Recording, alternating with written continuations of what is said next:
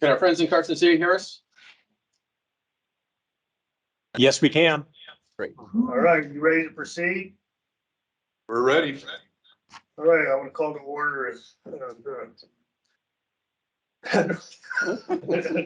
Governor's Office of Economic Development Board meeting scheduled for today, November 20th to 23 at 1:23 p.m. Can I have the clerk call the roll, please? Governor Joe Lombardo. Present. Oh, and Melanie Sheldon for the record, apologies. Lieutenant Governor Stavros Anthony. Here. Secretary of State is unable to attend today. Dr. Weldon Havens. Present. Mr. Josh Reed. Here. Ms. Sasha Stevenson. Present. Okay. Mr. Jay Barrett. Present. Miss Yolanda King. Present. Mr. Raymond Specht. Present. Miss Patricia Charlton. Here. Thank you. Mr. Chris Sewell. Present. Thank you.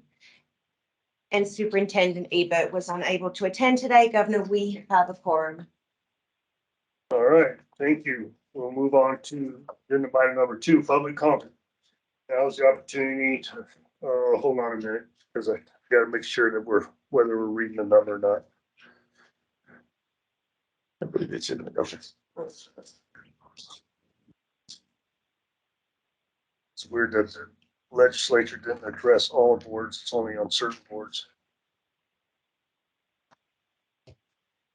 All right, well, this is the first opportunity for public comment. Please restrict your comments to items listed strictly to the agenda and limit your comments to 3 minutes.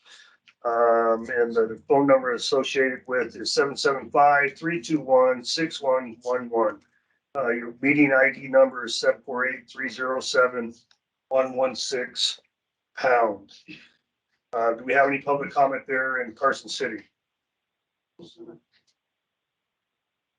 No, I see no public comment here, Governor. Thank you. Do we have any here in Las Vegas?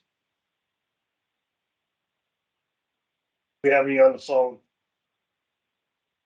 We have no public comment on the phone and I have received no written. Okay, we will close the public comment section and move to agenda item number 3, approval of September 12th, 2023 board meeting minutes. And that is an action item. I'll entertain. Okay. Is there any questions? Yes, Governor, I've talked to Melanie about a few grammatical and name corrections and so we'll make those corrections on the record. Thanks. I'm sorry, Ms. King, we're at.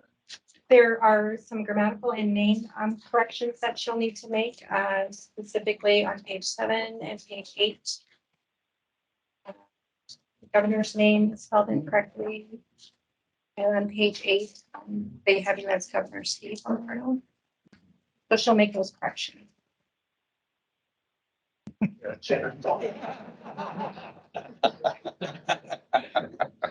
Oh my gosh. Check to see if we're right. Ms. Sheldon, are you aware of those changes? I am Melanie Sheldon for the record.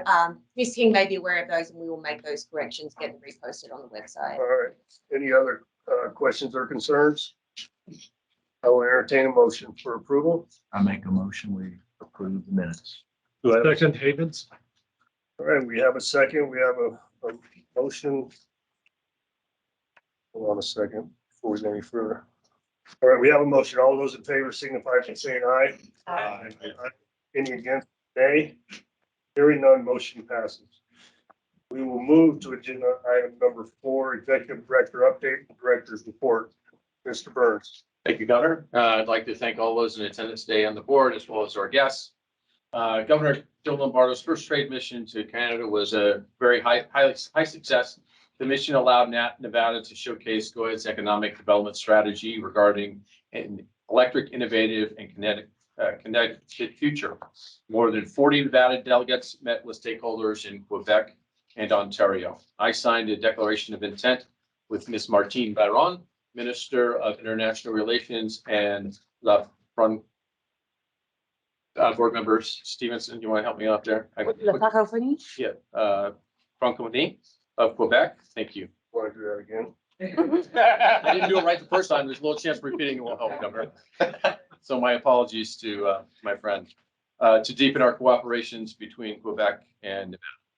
Governor Lombardo and Ontario Premier Doug Ford signed an economic cooperation memorandum of understanding related to critical minerals and green energy projects. I would like to thank former Deputy Director Chris Sanchez and his team on the international side for organizing an outstanding trade mission, and express my best wishes and good luck to Chris in his new job as the Director of Business and Industry. Our state was very well served while you were in GOED, and I know will continue to be served as you move forward in business industry. So thank you very much. We also regretfully will announce that Hayley Owens has taken a job with LCB and is no longer with GOED, but we're excited to let you know that Elaine Stone has been named the Director of Workforce Development, and Alex Bacchus has been hired as a new Director of Business Development within GOED. Kim Spurgeon has been promoted to Director of Nevada Film Office. Kim is in the room, I believe. Kim, you want to raise your hand? Congratulations, Kim. She's administering the film tax incentives at GOED since 2014. Deputy Director Bob Potts is a featured panelist in Northern Nevada Development Authority luncheon in Reno. Bob's a pretty highly sought after speaker in Nevada because of his expertise within Nevada's economy. Panelist on the Northeastern Nevada Regional Development Authority Economic Development Authority in Elko. Bob and Melanie Sheldon, our Director of Business Development, gave a presentation on economic development to the Nevada Association of Counties. Bob also addressed Nevada Mineral Exploration Coalition Annual Summit in Reno, the Lithium Rare Earth Critical Element Business Conference at UNR, and was a panelist on the Nevada Housing Conference moderated by John Ralston here in Southern Nevada, as well as speaking at the Department of Education on their Perkins v. State Plan. Bob also spoke to the Nevada State Bank of Nevada State Bank Northern Advisory Board. Bob gets a lot of good free lunches, so he's good. Melanie was a panelist at the USDA Rural Development Forum in Pahrump. Our good friend Joan Ebert, who's the Director of Nevada Apex Accelerator, was appointed as Chair of the Nevada National Committee of Association of Procurement and Technical Assistance Centers. That's quite an honor. We're very proud of her. Rosa Marino joined GOED as a government contractors advisor and emerging small business project manager. She's an advisor within the Nevada Apex Accelerator division. She will assist Nevada businesses on growing their government contracts, as well as manage and help preside over GOED's ESB project. During the Las Vegas Chambers DC fly-in, Jimmy Hum and I joined NDOT's Tracy Larkin Thomason and Sandra Roseberg with NDOT for a meeting with Senator Jackie Rosen to discuss a range of topics, including securing the high-speed rail for Nevada and increasing federal projects throughout the state of Nevada. We also had a great meeting with the President's office regarding the Brightline project. GOED's Community Development Block Grant Program played a key role in developing the City of Tonopah's Union Plaza Events Parking Lot project. GOED's Jessica Sanders did a great job getting Tonopah $350,000 for that project. The city leveraged $55,000 to make this happen. GOED will host this year's Council of State Community Development Agencies meeting in Reno next year. This is a testament to the work that Sherry Davis and Jessica Sanders have done in rural and community development as they move forward. When UNR was designated as one of the 31 competitive EDA hub grants, it was a ringing endorsement for the work done by Karsten Heinz, GOED's Senior Director of Strategic Programs and Innovation, does great work. Carson has done, as a side note, I know this is not in the notes, Carson has been a great champion for Nevada, getting its fair share in all of the grants and opportunities that are presented by the federal government. So he is a great state employee for the state of Nevada. After being selected for the NSF Engine Development Award for advancing the circular economy of lithium batteries a few months ago, the EDA Tech Hub designation is a true testament to Nevada's current momentum in these critical areas. The EDA Tech Hub and NSF Engine reinforce each other and present the greatest opportunities in the decade for Nevada to build genuine regional innovation and ecosystems. Keela Pert has been appointed to be the Director of the Office of Entrepreneurship, which reinforces Governor Lombardo's commitment to empowering individuals and young growing companies. It is the first nationally, which Nevada, being the inaugural state, to endorse the right to start legislation, which underwrites the economic and vocational force that entrepreneurs present for our communities in diversifying jobs and enhancing the resilience of key business industry sectors. Governor Lombardo was recognized Valley Bank of Nevada at the SSBCI Legacy Lender Award. Valley Bank CEO James York embraced the GOED program and saw early how he could leverage SSBCI funding. Over the past decade, Valley Bank extended 22 loans totaling $39 million by leveraging $9 million in SSBCI funds. Again, Carson Heights in the communications team of Greg Bordelon, Carly Smith, assisted Northern Nevada Regional Economic Development Center Director Sheldon Mudd host a successful launch rural business pitch competition to Great Basin College. Out of the 7 competitors vying for the portion of $15,000 in prize money, 4 were under the age of 17. Good news. Governor, that's my report. You bet. And if I may introduce Bob Potts to go on and give the economic metrics and the unemployment rate report. Before we do that, any questions? No, sorry. On the director's Sorry, report? During none seen there, go ahead. Yeah, sorry, Governor. Bob, would you like to start with the metric report and then feel free to follow into the unemployment report? Certainly. Thank you, Director Burns, and thank you, Governor. For the record, my name is Bob Potts. I'm Deputy Director in the Governor's Office of Economic Development, and I will, at your discretion, just roll right into the unemployment rate report after we have questions, after I talk through the metrics report. Does that work for you? Just a second, Bob. So as a matter of record, we closed agenda item number 4, the director's report, and we are now moving with Director Potts on the metrics report and unemployment rate update, items 5 and 6. Go ahead. Thank you, sir. Again, for the record, Bob Potts, Deputy Director in the Governor's Office of Economic Development. As Director Burns has mentioned, our research manager, Hayley Owens, has taken a new position with LCB, and I am really missing her. She was my wing person. And the good news is that she got all the metrics put together for us for this board meeting, and I'm going to walk and talk you through those. I won't have the depth that Hayley had because she put the whole works together, but hopefully I can answer any questions that you might have. So where I'm going to start here, and I've got Alex Bax by my side, he's going to run the slide deck here. I'm going to just mostly cover off the cover page here. And then what I'd like to do is go through a few of the pages on the inside of the report that should have been sent to you, as well as what will be on the screen here, to talk about some of the different measures and metrics and accomplishments of the agency and how they've progressed over time and some of the things that we've got done. I think it helps add clarity as board members go forward when they talk about the agency. So with that on the cover page, this reflects both incentivized and non-incentivized companies. So it's all assisted companies. Not every company we work with receives statements. And on that first row there, this is what has happened in the first 9 months of 2023. So this goes through the third quarter of calendar year 2023. As you can see, we have 34 companies that we've worked with. That's down slightly from what it was the same period last year when it was 36. The initial jobs is at 2342. That's also down slightly from what it was the same period last year when it was 2409. When we talk about these initial jobs, those are the 2-year jobs. That's what usually goes on the contracts when we enter into abatement agreements with these companies.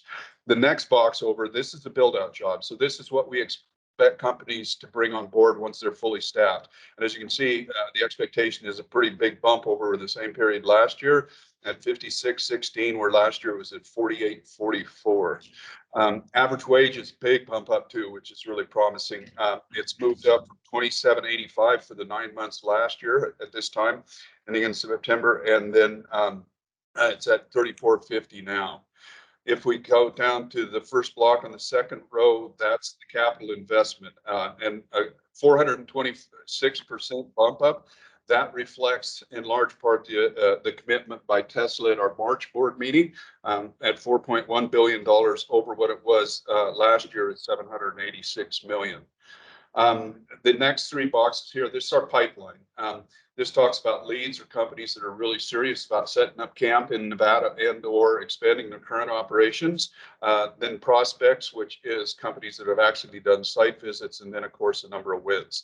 This only reflects the third quarter of this calendar year. And you can see that on the lead side of things, we're down when we compare ourselves to the same quarter a year ago from 101 to 67. Excuse me, what it was last quarter, 101 to 67, and a year ago it was 118. There's a drop off on the lead side of things. On the prospect side of things, it's up from second quarter of 2023 when it was 51, and it's on par with what it was in the third quarter of 2022 when it was 73. If you look at the number of wins, we're down slightly from last quarter, just one win, and we're almost on par with 11 to a year ago. All the details on those 11 wins are on the next page, and I'm not going to go over those too much right now. I'll leave those for you guys. The short version here is 700 for jobs, 1,013 once they're fully staffed at $41.16 is what the average wage is, with a capital investment of almost $180 million, $179.1 million. With that, I'm going to drop down quickly and talk about the different programs. There's other programs. These are just ones that we're highlighting on this cover page with the Emerging Small Business Program. This one's a little bit dated. What this is, the Emerging Small Business Program came in during the 2015 session. And what it is it's a way to give small emerging businesses an opportunity for state and the urban county government contracts. So they're first in list. We're missing a staff person. I know that Director Burns talked about our new addition to the agency, Rosa Menendez, and she will be leading this program going forward. So we should at the end of the day, this is where we're sitting right now, where we're seeing an increase both in the number of contracts as well as the total value of the contracts. If you look at the average contract value, what it was at 44,000 has now bumped up to 70,000. Going over to the next one, the CDBG program, you see it's down on both of those, but that's largely because of a structural change. We were doing the work for the city of Carson City, which would be what they call an entitled program. Now, Carson City has taken over their own program, and so we're just managing the rural portion now. We're down. There's a shift in the number of grants that's going on from 14, what it was last year, to 6 at this time. And the funding has dropped from 3.1 million to 2.9 million. What that means is fewer but greater value grants for those that have been awarded those grants. And as Director Burns mentioned, our CDBG team has done just a stellar job with those. The Apex Accelerator, that's the new name for what was the Procurement Technical Assistance Center. That's to really help our small businesses in the state and government contracts. Again, there's been a structural change there as they've moved from being supported through working with the Defense Logistics Agency to the Department of Defense. And that's part of what you're seeing in the change as far as the amount won by active clients, although the client count has actually gone up. And then to the film office, number of productions is up slightly. They're about 3% over what it was the same quarter last year, from 102 to 105, and the clients assisted is down about 15% from 196 to 167. And so quickly, I'm going to have Alex move us forward to what would be page 2 in your package. Next page, Alex. There you go. Just to highlight this, in the upper left-hand box, you can see where the active clients, and if we see the actual number of jobs as tied to the contract jobs. The contract would be in the dark maroon color and the lighter color. The point here is that over time, the companies that we work with, that we give a reduction in tax liability, end up actually hiring more people over time than what they contract. So they're concerned on the contract numbers. If you look at the more recent years, the contract numbers are higher than the actual numbers, but that's just because it takes some time to get staffed up. But as a general rule, and I think this is helpful contextually to know that the companies that we work with generally bring on more workers than what they say that they're going to do when this board hears those companies out. The tree chart that's in the bottom left-hand corner, that gives you a really good sense. The companies, the industries, the industries that companies we work with belong to. As you can see, almost 41% of them are manufacturers, followed pretty closely by logistics and operation and IT companies. Those are the big three industries that we really touch on as we diversify our economy. Up in the top, that's the pipeline. Again, if you go to the far right, you can see those 11 wins that I talked about just a little bit earlier. And then you can get a sense of what the dynamics on the lead side, the prospect side, as well as on the win side of things. And then at the bottom chart, I think it's important to point out that most of the companies we assist are small businesses, 100 workers or less. Next slide, a lot of detail in this table. I'm not going to go over that. The bottom two, though, the bar chart, you can see total tax abatements approved by year. You can see in 2014, that 1.1 billion Tesla abatement, that's a big bar on 2014. Data center abatements were approved in 2015. That's what's adding it there. If you go to the far right, you can see that's March's Tesla at $330 million abatement. And then Redwood would be on the 2022 one, what you can see there. That kind of gives you a sense of where that's going there. On the fiscal returns on investment of abatements, I think it's really people, we do not offer exemptions. These are abatements. They're a reduction in tax liability. And even on the fiscal side, during the abatement period, companies still end up paying $2.48 for every dollar they get abated. So I think that's important to understand too as we go through. And go past the next two pages, I'll quickly talk about some of the sector metrics. And I just want to make a clarification here, or an update, not a clarification. The very top chart here, this is the Nevada jobs and the unemployment rate. The numbers you have on your report were the September numbers. The October numbers came out last week. Not a lot of change in the unemployment rate at 5.4%. Nevada still holds the envious position of the fastest job growing state at 3.4% year-over-year growth. We currently have 1.57 million workers in the state, and we are now 120,000 workers above the pre-pandemic peak. I'm going to talk a little bit here about the unemployment rate. I can talk a little bit more on there, but the good news is the labor force participation rate is picking up too. So population, worker age population is coming back, re-engaging with the labor force, and that's part of what's up in our labor force participation rate. And it's also part of the backstory of why we tend to have a higher unemployment rate, which in our case is not a bad story. So if we go to the five different sectors, got a question on that one? All right. No, we don't, I'm not seeing any. I think that's very data related though, with the analytics with Steph's team. So yeah, I think we need to wait for Steph to kind of show like what she's typically done in the past as far as taking that. But I think that the key here is really to show them. Well, I couldn't understand a word of that. Sorry.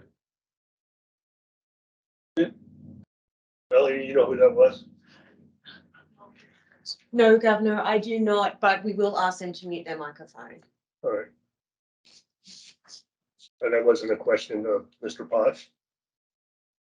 No, I think that was just general conversation Okay. caught up in. Okay, thank you. Sorry for that. Would you like me to move on, Governor? Yes, absolutely.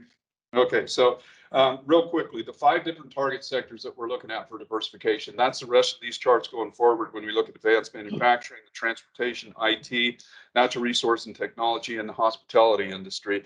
And overall, and I'm just going to generalize here, everything is on an upward slope. We're seeing strong growth in each one of these sectors. Wages are okay. They're holding level to growing. There's a couple of sectors where it's been slipping a little bit, but wage growth has been positive as well. I think the one that stands out, at least as a metrics report go, is the very last one when we talk about hospitality, tourism, sports, and the creative industries. As you can see on that chart, there was a huge hit during the pandemic. We know that we are not back to pre-pandemic levels, even though we're 17,000 jobs above what we were a year ago in that sector, but we're gaining ground. If you look at the numbers that come out of the Department of Employment, Training, and Rehabilitation, specific to leisure and hospitality, that doesn't include some of these other ones, we are back, and that's very good news for our state. I think the other positive thing to point out here is the strong wage growth that we've seen in this industry as well. So With that, I will end my report and open it up to any questions and turn it back over to the Southern office. All right, do we have any questions of Mr. Potts on the metrics report and unemployment? Yes, sir. Governor, it's Ray Speck. Can I just make 2 quick comments, please? Sure. First comment is I'd like to commend GOED for the continuous improvement enhancements that they're making to the performance report. For us data nerds in the world, this is great insight, looking at this and seeing how economic development is working for our state. So I commend you on that. Second thing is I just want to emphasize on page 3, bottom right-hand corner, what Bob was saying. Sometimes a lot of discussions about abatements that we do. And you can see the effects that the abatements that we've given out, we've gotten 2.5 times back in the abatements we've given out. And I believe that number is significantly drawn down from the years 2012 through 2015. If you look beyond that, you can see the exponential benefit to the state of offering these abatement programs. And we do compete with a number of other states. So it's important to see that 1, it's working, and 2, the benefits that we're getting, our state is getting for this. Absolutely. Thank you. Any other questions or comments? So for the record, this is Governor Lombardo. Bob, can you hear me okay? I can, thank you. So if you go back to page 1, under the number of leads, quarter 3, 2023. Mm-hmm. So prior quarter minus 33%, prior year minus 43%. So what, as I read this, there's a lot of good indicators, but what, is that a red flag for us there? And why is that? Is that inflation and interest rates that's causing that big decrease? So it's a lot of little big things, and I think you're right. I think inflation, and this is the thing, right? I don't know this for a fact, that inflation and just slowdown. We know that the Federal Reserve Bank has been on a pretty steady march over 20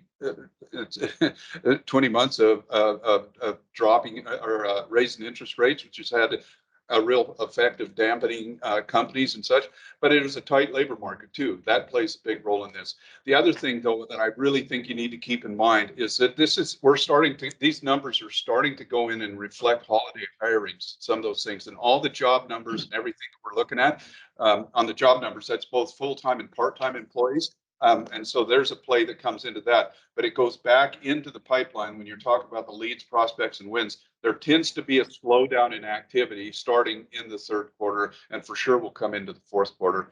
That's why I think it's helpful to look at what we did compared year over year. And when we're down that 43%, and that is a bit of a concern as we're going forward, but I think it goes back to some of the international or some of the national activity where the economy is kind of slowing down. So. Okay, and is that number a combination of all the development authorities, or is that just GOED? No, that's a combination of all the regional development authorities. That's part of, so we collect quarterly metrics reports from each one of the RDAs, and in fact, they're the main contributors for the pipeline numbers. And if you'd like, we could probably break it down by the different regions in the state to see if there's a region that's standing out more than others as far as slowdown in the at least on the lead side of things. Ms. Quigley, do you have anything to say to that? Concur. No, I mean, just out of your authority, are you seeing the commensurate decrease in percentage? Yeah. You are. So there's not one particular region of the state that's drawing it down? Is it across the board, Bob? You know, without looking at the numbers, I can't tell you for sure, but my sense, and just going back to the numbers in the way I remember them, yeah, it's across the state. It's economy wide. It's slowing down. Like I said before, I think that what we're seeing is so the Fed Reserve is looking for a soft landing, and my estimation and the Economic Advisory Council would suggest the same thing, is that that's where it's going to go. But we're going to start leveling off at a decreasing rate. And so I think that these numbers are also reflective of that as well. I will share with you, Governor, that we've been talking with our peer agencies. Can you identify yourself, Tina? I will share with you that our team has been, this is Tina Quigley, LBGEA for the record, our team has been talking with peers across the country as well, most particular Phoenix and Sacramento, greater Sacramento area. And we are learning that they are reducing their anticipated company site lands, wins, as they call them, for next year as well. For the same reasons quoted by Bob. So if you go to the page 2, Mr. Potts. And you have your matrix there on the bottom left, Yes, sir. assisted company industry mix. Do we have a graph that shows changes in that mix as far as percentages? So are we still going after the right companies, or do we need to make adjustments? So Bob Potts, again, for the record, we have those numbers. We can do those numbers. I just don't have them available on this report. Anything off the top of your head? No, I'm just, this is held really pretty steady all along, as far as the companies that we're helping in the different industries that we're hitting on this. The job numbers, of course, would shift. This has to do with the number of companies, not number of jobs. And the number of jobs would shift, especially when you start seeing a big announcement like we had back in March, right? And things like that. But no, in my mind, this has been pretty solid over the last decade. This is what economic development has really been. These are the industries that we've been working most closely with in this mix. Okay. Well, the one good sign, I guess, a lot of red flags as far as decreases, but the one good one was the 23% increase in wages. So just in a poll that was provided to me, and I can't quote which poll it is, but as far as economic diversification, that is the key. It's the biggest, largest factor in measurement is increase in wages. Because those percentages on that Christmas tree graph are going to change over time. So I'm glad that GOED and the other development agencies, authorities are really pushing that number in particular, because it makes the largest difference in the overall economy. Just anecdotal information. Any other questions referenced unemployment and the matrix? Tina Quigley, for the record, LBGEA, just to follow up on what you just said, we also are finding that our peer agencies are starting to metric themselves on higher wage jobs as opposed to just jobs in general, but actually setting minimum target for higher wages for their region. So likewise. So you said they're resetting minimum targets? They're setting what they report out to their investors, their stakeholders, are not just jobs, but also the target, very specific target industry jobs and very specific high wage jobs. So setting their goals and metrics away from just jobs, but very targeted, specific wage jobs. So with what she's saying, Director Burns, would it be advisable for the board to, when we look at the incentives and you have minimum dollar per hour requirements, that be something that we would want to reevaluate? It's certainly something to pleasure of the board right now. Statutorily, we're built into the metric we use right now. Right. Certainly So- could update that. But statutorily, we can carry a bill that would change. Absolutely, absolutely. And as a matter of prospects, we do target the higher wage jobs. So Oh, I understand Yeah. that, but. What you could do is, even though we may you push them. there's certain metrics to meet the minimum qualifications, but on top of that, just as an informational item for this board, we could report on a certain wage threshold if you wanted to define it as high wage. Right, but when you're looking at, you have to meet 2 out of the 3. Right. To qualify, right? If you push that number up, maybe that will force the hand, right? Well, it'll force us to be very targeted in our targets. It'll force us to spend more time and resources in the higher skill, higher wage. So what is the best way to further discuss it formally and as a board? We gotta be cognizant of a quorum and certainly, public meeting, but how do we determine whether that's the path we want to go? Make it an agenda item We could do that, Governor. I will let you know that our agency met with LVGEA last week to start to discuss a legislative agenda, and that we could certainly include that and bring forward suggestions to the board for their pleasure. So in the meantime, I would recommend that you reach out to the board members individually. Yep. All right. Done. Thank you. Anything further, Mr. Potts? No, Bob Potts again for the record. Thank you, Governor. No, that concludes the metrics report. All right, we will close, agenda items number 5 and 6. And we'll move on to item number 7. We'll introduce, applications for board approval portion of the agenda. And I believe we have, it's 5 Yes, sir. abatement applications, and we will hear them individually. And I can't recall as far as procedurally, if somebody remembers, was I taking it as an action item individually or Yes, as sir. one? Individual. Okay, we will do that. And we will kick it off.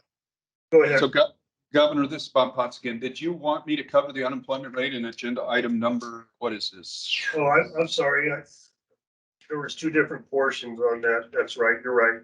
Because we had unemployment on the matrix report, and then we have a separate one. So I will back up. We are not closing agenda item number 6. We are closing 5. We will reopen item number 6, and Mr. Potts will present the unemployment tax rate update. Sorry about that, Bob.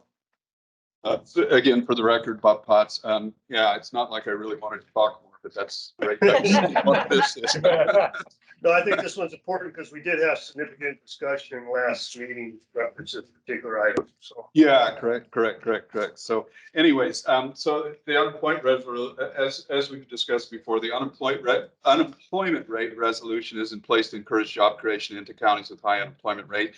And as we know, for over 2 years now, the unemployment rate in every county in the state has been below 7%. And until the unemployment rate goes above 7%, again, all companies applying for abatements will have to meet all abatement requirements, including wages, capital investment, jobs, healthcare, 65% of their healthcare coverage. 50% of their goods and services have to be sold to outside the region. And then the latest as of October 1 is the paid family medical leave criteria. So until those criteria are met, they are not eligible to receive abatements, and those move around depending on, they can get reduced abatements if it's below 7%. They can get reduced abatements if it's above 7%, but it's a different mix, and it's relaxed once the unemployment rate goes above 7% increase to encourage job creation in those regions. Per your comment, Governor, at the September board meeting, we were asked to revisit whether or not 7% was the right number. Director Sewell appointed Chief Economist Dave Schmidt and I to have a conversation about this. And we did, going back and forth and looking at statutes. So the 7% number is in NRS 360 statute. And so we'd have to open up statute to change it from 7%. But if we needed to, that would be the right thing to do. We would do that. So Dave and I had a conversation about this. 5%, what we call nickel unemployment in the economist parlance, is what we call structural unemployment. That's kind of the sweet spot that everybody shoots for in the unemployment rate, because what that means is you don't have an unemployment where people are losing jobs, and yet you have unemployment where people actually have opportunities for jobs and companies have opportunity to bring people in to expand or grow their operations, whatever they want to do. So if it gets too far below 5%, the unemployment rate, even at the national level where it sits at 3.8% right now, is a very tight labor market, and it gives no wiggle room. There's a lot of friction in the labor market to actually make change and to do some things. If it gets too far above 5%, that's when you start running into a job losing situation, and that's why the 7% number came up. And both Dave and I still feel, and talking to other folks, that the 7% number is probably the right number to use abatements as a tool to encourage job creation at that threshold number. Okay. Any comments from any board members on that? Josh? No, thank you.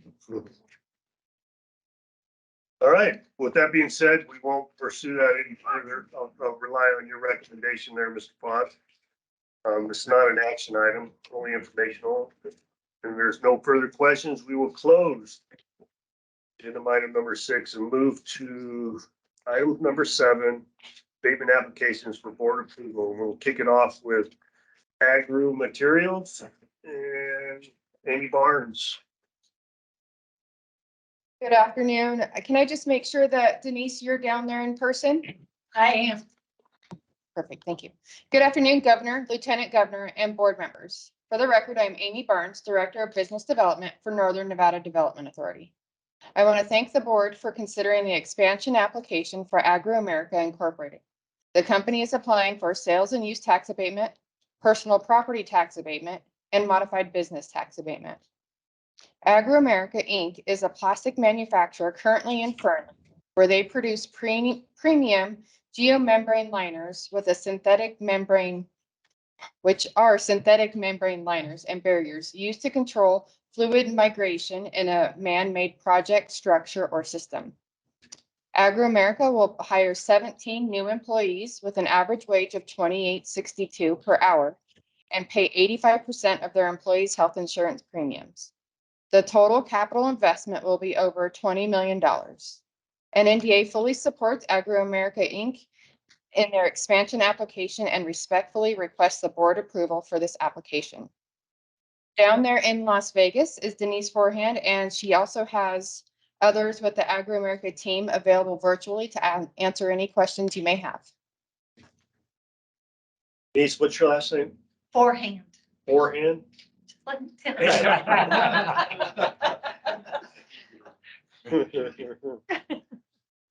All right, do we have any questions of Agru America from any board members?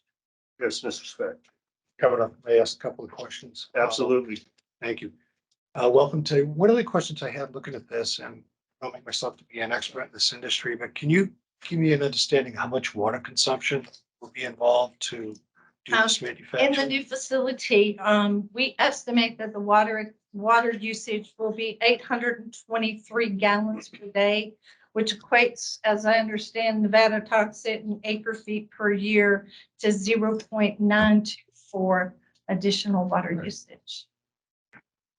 I love your concise right to the point. Did you call her beforehand? Yeah. So the other quick question I had is, having worked for a couple of international companies, usually the mothership likes to have their companies closer to hand. And I noticed that we were competing with South Carolina, where it's headquartered. Yes. What, I mean, it's hard, it's phenomenal that you come into our state, but how did we beat out the mothership state? That's very good, mainly because of transportation. The manufacturing facility that we are planning to construct in Fernley, in conjunction with our existing physical plant that's there already. We already manufacture geomembrane liners, but we are going to be producing a large diameter pipe. And when I say large diameter pipe, it's the kind you can stand in. I have stood in it at the one in Charleston. And so for logistical purposes, it was very important for us to be on the West Coast as well as on the East Coast for transportation, logistical reasons, and to reduce impact to our customers for delivery purposes. I appreciate it. Mr. Reed. On the transportation, is it by road or it's their trail? The Fernley facility will be by truck. They'll be 50-foot long pipes. Thank you. In Charleston, we do export in the water. We extrude directly into the bay in Charleston, South Carolina, and then we tug to places like Kuwait. That was our last How tug. do you get the material into Fernley? It comes in by rail. Right.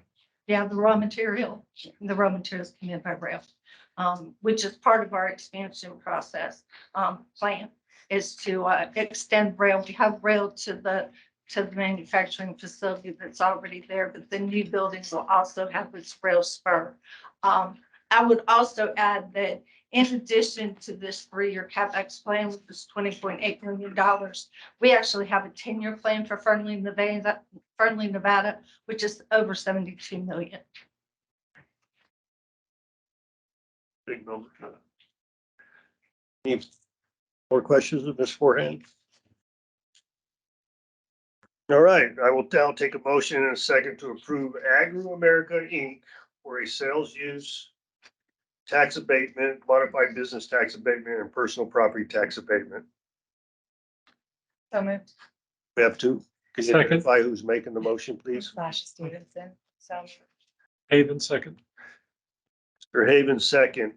All those in favor signify by saying aye. Aye. Aye. Any opposed, say no or nay. Hearing none, motion passes. Congratulations. Thank you very much. Thank you, Board. Welcome.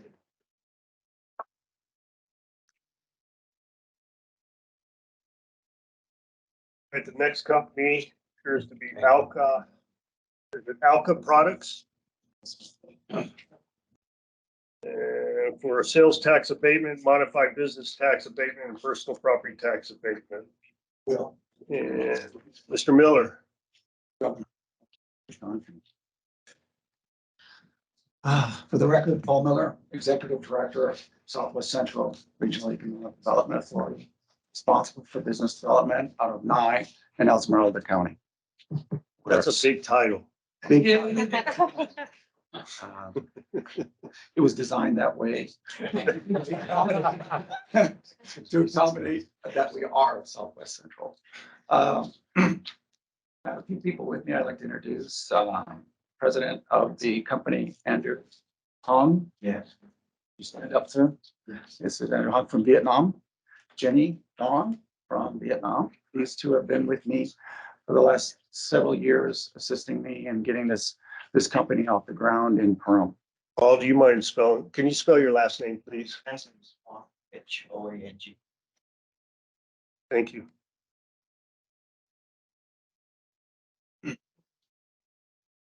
Thank you. Thank you, sir. Also, Senior Advisor, Bill Holstetter, is here to provide the additional information, technical information that you might need in review of the package. Also, I'd like to introduce the incoming Executive Director that sits behind you, Governor, Donna Corey, for Southwest Central Regional Economic Development Authority. Hey, Doug.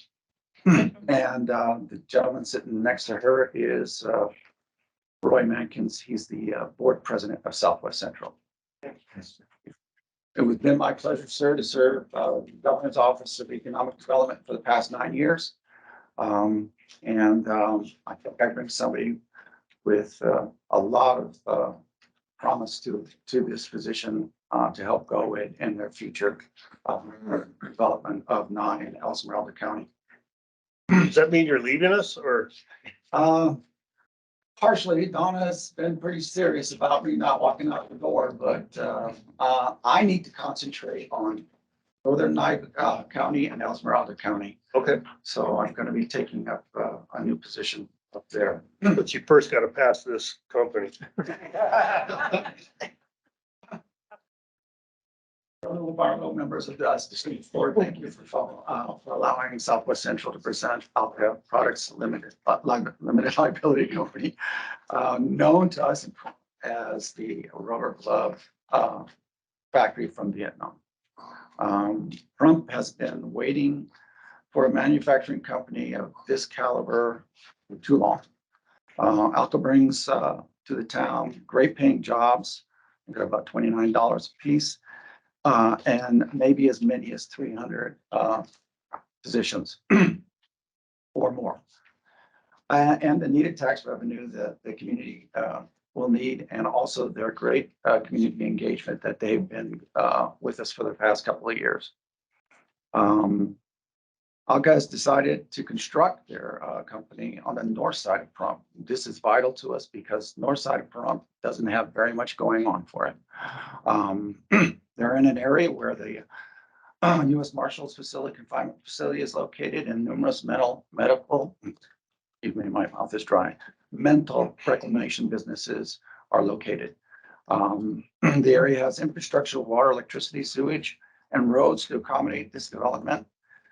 And as you know, this type of business will be manufacturing its products directly for our state and also for the international market as well as our nation. Southwest Central has been dedicated its resources, time, and support to this effort for the past several years, and we hope that this board will approve the abatement request that Alka application has been presented here today.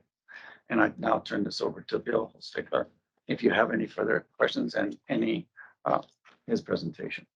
Sure. So I'll state for the record, my name is Bill Hochstedler, William Hochstedler.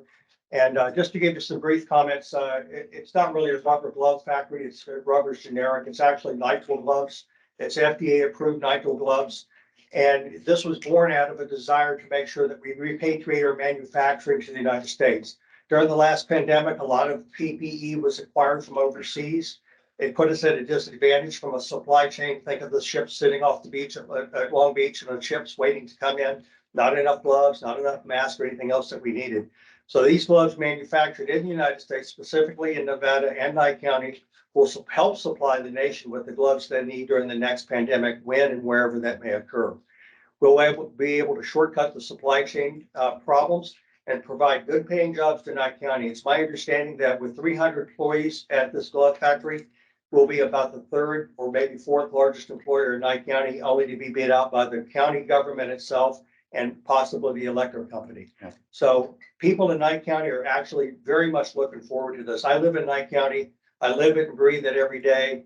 I talk about what we're doing and what's coming. We have a 10-acre plot of land with a 100,000 square foot modern facility being constructed.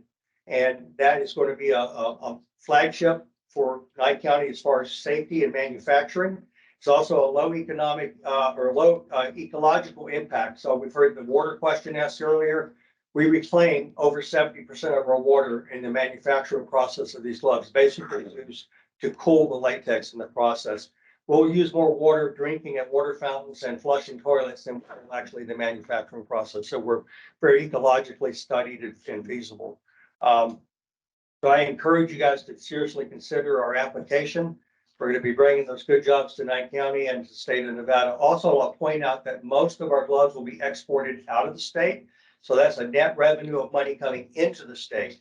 So people outside the state will be pouring money into Nevada when they purchase the gloves from the factory. All right, we have any questions of Alka Products?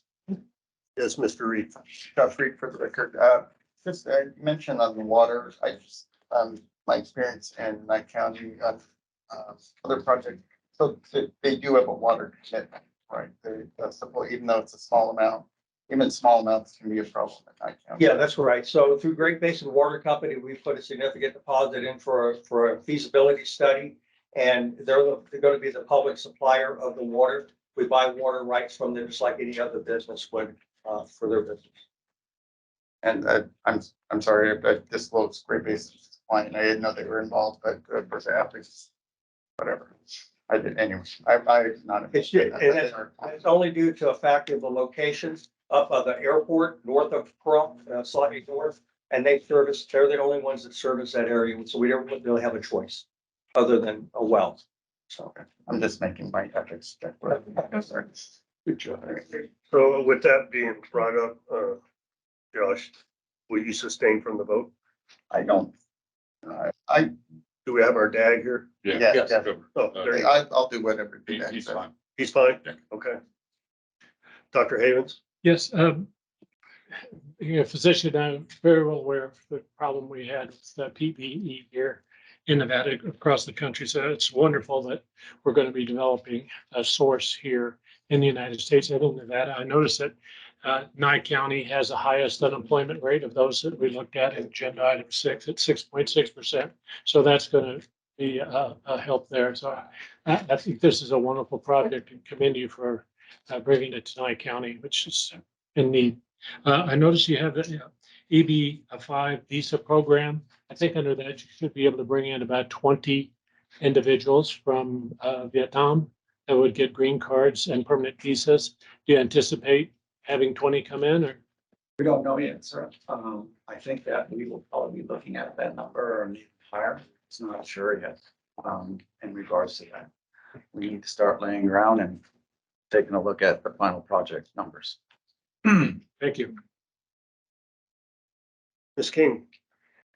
Question for you. On your compensation plan, I noticed that you do not have either merit increases or poll increases as marked. So in order to keep up with the average wage, do you plan on offering any full or merit increases to those employees that are working in the manufacturing area? Well, there absolutely be merit increases. The COLA I hadn't considered, but merit, I just assumed that traditionally businesses would do that. We wouldn't do that to shortcut the individual contributor to the business as far as employees are concerned. Yeah, just as long as there's one or the other. Right. It was my concern you didn't have neither one of those check marked. And so I just wanted to make sure that our wages at least keep up with the average wage for the state. Wage for that area, we're quite extravagant. It's substantially above anything already, but we'll take care of it. So it is your intent to. Yolanda, can you ask the owners behind you? That question? Absolutely. Mhm. Yes, as we understand, the average minimum wage in general in Nevada is, I believe $11.50 on average. On beginning, we're starting at 27 or 29. But to keep that growing is what I'm concerned about. You're not coming in, staying at 27 for however long you're here in Nevada. I'm concerned about the growth of the wage going forward. Yes, so going forward, not only we, for the current production, we will only be able to supply about 70% of the total consumption in the US. We intend to increase that coverage even more so. Okay. Yeah. Thank you. If I may expand a little bit on your question, Doctor, and also our citizenship. We are Americans. I was literally born here, but the business itself, in order to establish this business, we are bringing collaborations from Vietnam in terms of industry-wise, the technology. Up to today, I don't think we have too much production in the US because of that.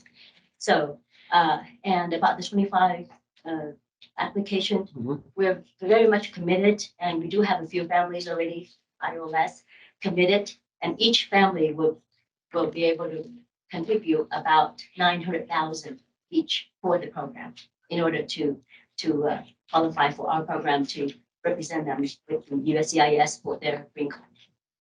Great. It's a great program. You're full of me, Jenny. Every time I turn around, you're on playing Vietnam. Any other questions? Governor, can I just make a comment? I just want to commend you and the Sasha students in the record. I want to commend you and the GOED team for pursuing this leap because it played this larger conversation that you all have been having about attracting, pieces of the supply chain into Nevada and into North America to make sure that we solve for this supply chain issue long term. So thank you. I just want to commend you guys for pursuing this one. Thank you. Yeah. Well, this team did great work. Yeah. Thank you. Yeah, Governor, for the record, Patty Charlton, Chancellor of the Nevada System of Higher Education. We're very excited about this opportunity as our current location has actually just established their first center of excellence in manufacturing. And so we're really, really looking forward to, if this is approved, moving forward and getting those high skilled, high wage jobs in that area. So thank you so much. Are you familiar with that program? Excuse me? Are you familiar with the program she's describing? We will be. Yes. So I think that's an important collaboration. Yes, there's other programs we're looking into that the Paul's and Donna's program office have introduced to us, which is a second chance program. We would be very much open to hiring and giving people that was at one time had has some has some encouragement for development and new careers, as well as VAs, individuals. All right. Well, thank you for that. Any further questions? All right, I'll enter. Hang on. Where are we at? We're on 7B. I will now take a motion in a second to approve Alka Products LLC for a sales and use tax abatement, modified business tax abatement, and personal property tax abatement. So moved. Havens. Governor, all seconds back. All right, we have a motion. All those in favor signify by saying aye. Aye. Any opposed? Nay? Hearing none, motion passes unanimous. Congratulations.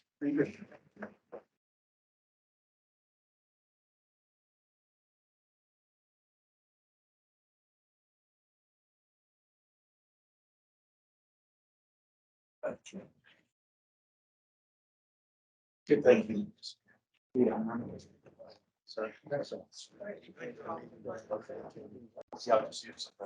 First of the year. Thanks, Victor. Oh, thank you. Good seeing you. Thanks. Welcome. Yeah, big team.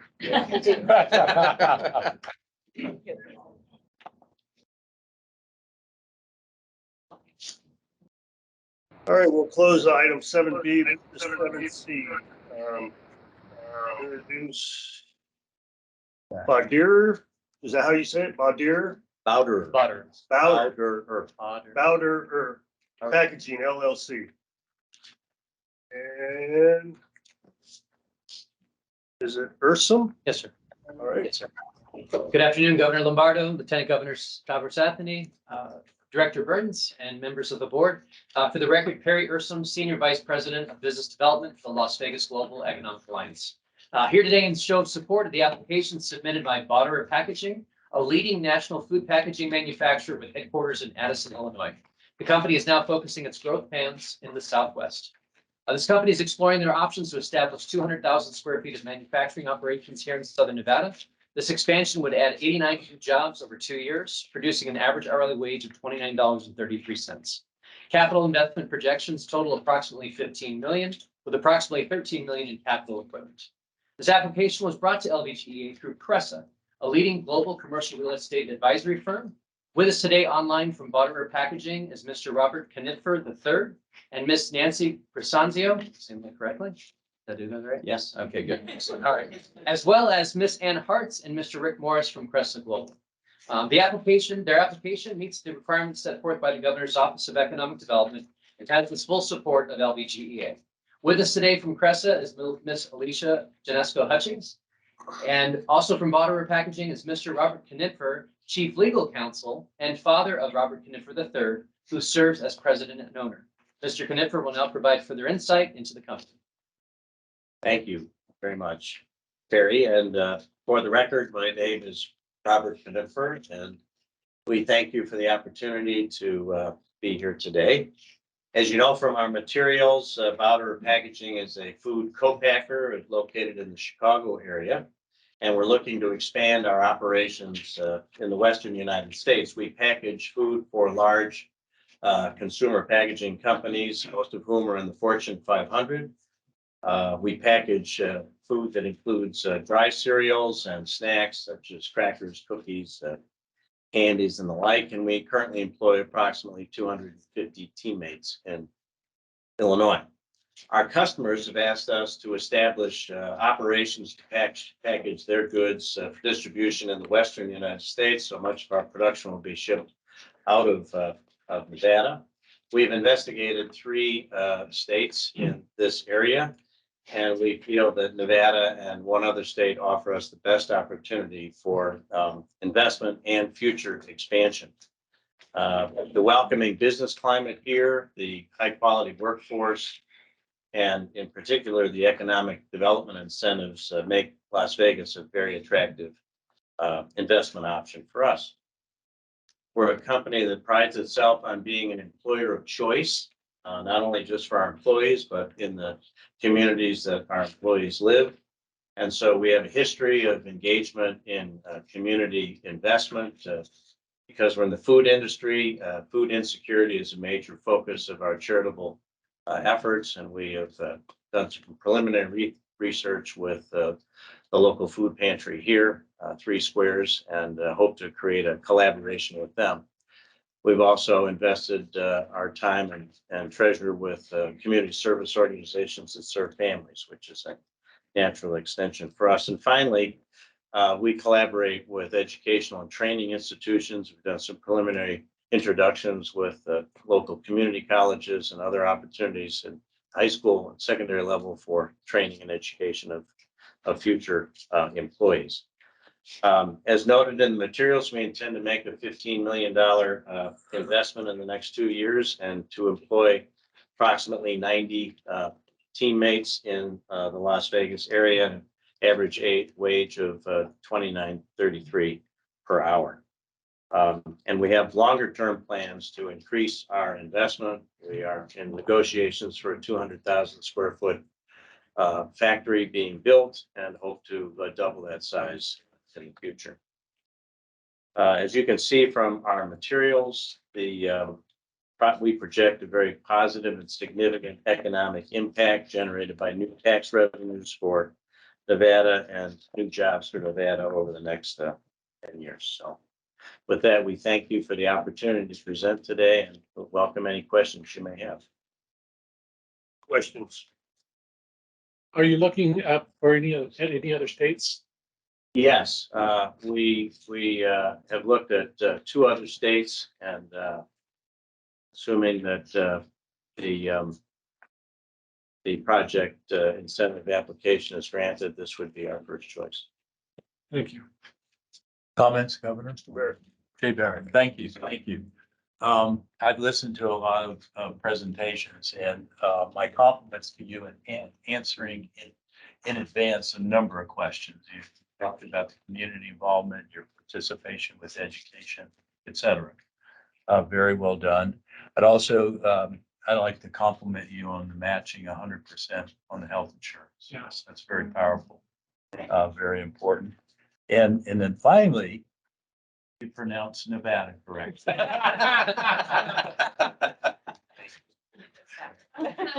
you. Governor, I just have a question for the DAG. I've got a professional engagement with Reisker, so do I need to abstain from this? I didn't know about that. Hi, Rosalie Bordelev for the record, with the AG's office. If you're asking whether you want to make a disclosure or abstention regarding the item, whether you should abstain? I'm just clarifying the question. Yeah, I just want to make sure that I'm doing everything by the book. I mean, it's ultimately your decision. That the standard is if you if the potential conflict you have rises to a pecuniary interest such that you can't be impartial, then I'd recommend abstention. But if it doesn't otherwise affect you, it's just a professional relationship, that any decision on this matter won't affect you financially, then a disclosure would probably be sufficient. I disclose, I don't think that it would impact my ability to be objective, and I just disclose that I have that professional engagement, and I will proceed. Rosalie, I don't know if you're aware, but we do have a DAG present. Oh, you do? Yes. Okay, then. Then you can go ahead and answer with that. It was the usual exactly board counsel. Is he? Yeah, no, you I'm said covering exactly for what I Hina was looking. Razul. You're good. They're not arguing. No, he did, he shook his head. That's why you didn't hear his answer. But thank you for your comments there. All right, any other questions?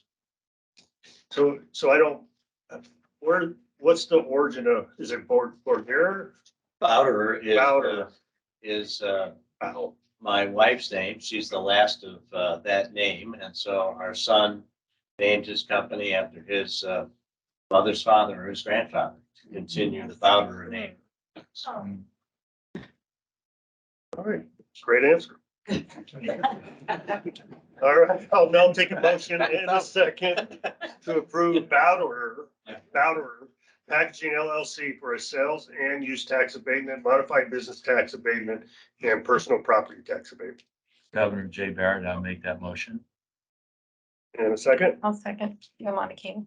We have a second. All those in favor signify by saying aye. Aye. Any opposed? Signify by nay. Hearing none, motion passes unanimously. Congratulations, sir. Thank you very much. Welcome. Thank you. We're out in Chicago. Western suburb called Addison, Illinois, about 20 miles west. My family's in Niles. Oh, yeah. Thank you very much. Thank you. Thank you all. Thanks, sir. Pleasure. Thank you.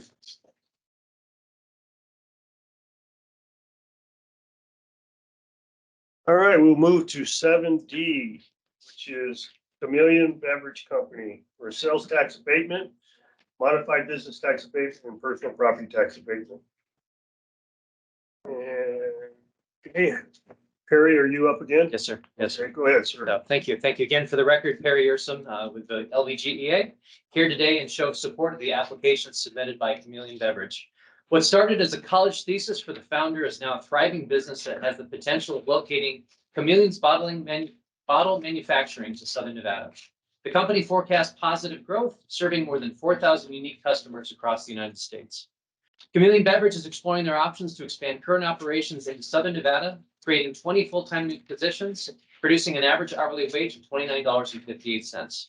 Capital investment projections total approximately $5.7 million. This opportunity was generated through an outbound marketing initiative that LVGA spearheaded at the beginning of the year through the professional online network LinkedIn. Chameleon's application meets the requirements set forth by the Governor's Office of Economic Development and has the full support of LVGEA. With me today from Chameleon Beverage is Morgan Reed, President, and James Zellerbach, Chief Financial Officer, who will provide further insight into Chameleon's growth plans. Gentlemen. Yes, thank you. Good afternoon, Governor. Members of the committee, my name is Morgan Reed. For the record, I'm the president of Chameleon Beverage Company. We are a large private label bottled water manufacturer out of California. We're headquarters in Commerce. Company's been around for roughly 30 years, privately owned, roughly 120 full-time employees at our location. And to answer everyone's question, no, I will not be bottling here. We're not taking any water. We will be making the material that goes into this bottle at our, at hopefully in Vegas, at a location we're trying to pick out. Why are we coming to Vegas? Well, aside from lovely weather, a lot of things to do now, F1 racing, I guess. It's at a great location for us. So we do a lot of business in Vegas anyway. So I'm already selling to casinos. I'm actually shipping water. And so the first advantage is backhauls, because everything we make, we're going to be shipping back to our plant in California in the beginning. So my bottling plant will be the biggest customer already. Since we're currently outsourcing a lot of this material out of Europe and out of Central and South America. So my goal is to create more of a vertically integrated company. And, you know, I don't want to kind of piggyback on some other people's points, but the supply chain issue that affected everybody, where containers were stuck at sea, prices were increased, shortages of material. I really want to avoid that. And I think keeping this under our control is going to give us a huge competitive advantage. And not only that, but, you know, building a facility in Vegas is a lot easier to attract high level talent and than other states that I've been looking at. So I'm excited to do that. We want to make it a showroom, a place we can take customers. We believe in a pretty high quality standard at our facility. We're SQF level 3 certified. I like to say we're inspection ready. So if someone was going to pop up at midnight, we'd be happy to bring you through. And we expect you to see a very clean facility. In fact, you might not think we even run. But we've made partnerships with our vendors. The expo is being here. We can also use it as a showroom. Because our second phase, that weren't involved in the initial numbers here. Our second phase is actually start selling these preforms and caps to the Western United States, which we've seen a massive shortage in supply. And I think it's going to give us a huge advantage being in this location just for logistics again, getting to Washington, getting to Arizona, getting to Southern California. So maybe I sandbagged a little bit on how many we're initially going to have for people, but I expect we're getting a larger facility than I need because I'm expecting to grow pretty rapidly. That's where we are. All right, any questions of Mr. Reed? Ms. King? Also, when looking at your application, I noticed that under the employee compensation that you do not have compensation for merit or a cost of living. Does your program include some sort of wage growth? Yes, it does. We left it up by mistake as well. We do merit. Okay. Yes. Thank you. Three. Jeff, for the record, just a quick question. I'm not sure if it was a mistake, but it's check the box that you're moving your headquarters. Is that correct? In California? Eventually, yes. Not yet, no. That is the goal. The goal is our first stage of expansion will be Nevada. And then we're gonna see. Nevada. Gave us the clue. Just for the record. There's no mic. Yes, he's from Boston. It's I'm from Boston Boston. ass. I pronounce everything. Don't ask him for his card. Right. Jay, did you have a question? No, but I was gonna point out that, member Speck is from Boston and he says. Yeah, I love our state. Josh, did your question get answered? Yes, thank you. Any other questions? All right, I will now take a motion and a second to approve Chameleon Beverage Company for a sales and use tax abatement, modified business tax abatement, and personal property tax abatement. King, I'll move for approval. I'm sorry. Yolanda King. Oh, I didn't hear your name. Freed, second. Well, okay, we have a first and a second. All those in favor signify by saying aye. Aye. Any opposed? Saying nay. Hearing none. Motion passes unanimously. Congratulations, sir. Fantastic. Thank you very much. Thank you, Board. Excited. Thanks again.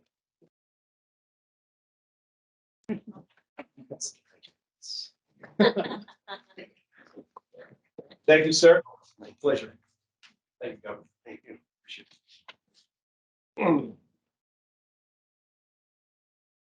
All right, we will close 7C, move to 7D, or actually, that's what's D, move to 7E. Kraus. Hamdani. Is that it? Yes, that is correct. Kraus, Hamdani Aerospace, Inc. Aviation sales tax abatement and aviation personal property tax abatement. Good afternoon, everybody. Fatima Hamdani here, CEO and co-founder, and I also have my fractional CFO, Danielle, on the call as well.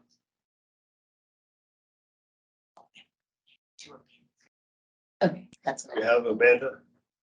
I'm here. Good Oh, there's- afternoon, Governor, Lieutenant Governor, Executive Director, and board members. For the record, I'm Amanda Berry, Director of Business Development at the Economic Development Authority of Western Nevada, or EDON. I'm here today representing Kraus Hamdani Aerospace Incorporated. Kraus Aerospace plans to establish operations and testing within the Reno State Airport. The company was founded in 2016 with the vision of saving lives through unmanned aerial vehicles and associated technologies. Their world-leading technology mimics birds flying across long distances, manages battery systems, uses onboard artificial intelligence and specialized autopilot technology to enhance flight performance. Its platforms remain airborne longer and fly further to provide critical data while solving global connectivity problems. Being global citizens, Kraus Hamdani embraces corporate and social responsibility by providing persistent airborne services and technologies addressing sustainable resources, society, and the planet, provisioning rapid emergency communications, and providing effective anti-poaching search and rescue services, as well as geospatial data to solve complex worldwide problems. They are requesting an aviation sales and use tax abatement, as well as an aviation personal property tax abatement, and qualify for 3 out of the 3 statutory requirements. They plan to invest over $7.8 million and hire 5 new employees within the first 12 months at a weighted average wage of $48.46 per hour. We greatly appreciate the opportunity for this company to grow in our region and support this application, as well as appreciate your consideration for approval. As mentioned, joining me down there in Vegas is Fatima Hamdani, co-founder and CEO, as well as their financial advisor, Danielle Siddiqui, virtually, to say a few words and to answer any questions that you may have. Thank you, Amanda. I'd like to add, there were a couple of things mentioned by other companies that like to highlight, which was in the initial application. From a manufacturing perspective, we do work with the US DoD and federal government, and essentially bringing in 100% US industrial base asset to provide critical technology to the US DoD is extremely critical for our national security. We also hire veterans and are currently hiring veterans, and we plan to do that. In addition, the reason why Nevada and Reno specifically were attractive to us is because we want to bring additional job opportunities to the indigenous communities there as well. And so that they have higher tech jobs available to them along with veterans and provide for new job opportunities in that region. We are a triple bottom line company, which means people, planet, and prosperity are all equally important. And as Amanda mentioned, saving lives, starting with the war fighters, civilians, wildlife anti-poaching, search and rescue, disaster management, with the kind of fires and other disasters that we're seeing both with on the US soil as well as internationally, what we're doing becomes extremely critical. Aviation is what we're asking Abatement for, but we're also a massive AI company. If any one of you guys is a Terminator fan, we've built very sophisticated flying robots, but we've also built the AI for Skynet for Good, which was referred to as the sophisticated AI technology that allows robots to make decisions. And for us, it connects back into saving lives.